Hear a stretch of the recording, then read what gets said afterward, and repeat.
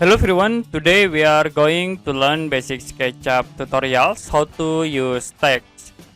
In here we have these three objects, and if you want to set text into this object, you can go to text menu in the right bar and then click plus icons to add new text. For example, I will set into rectangle, we add again for cylinder, and the last set into side. Okay, now to apply this text into object, you can select, like I will select rectangle text.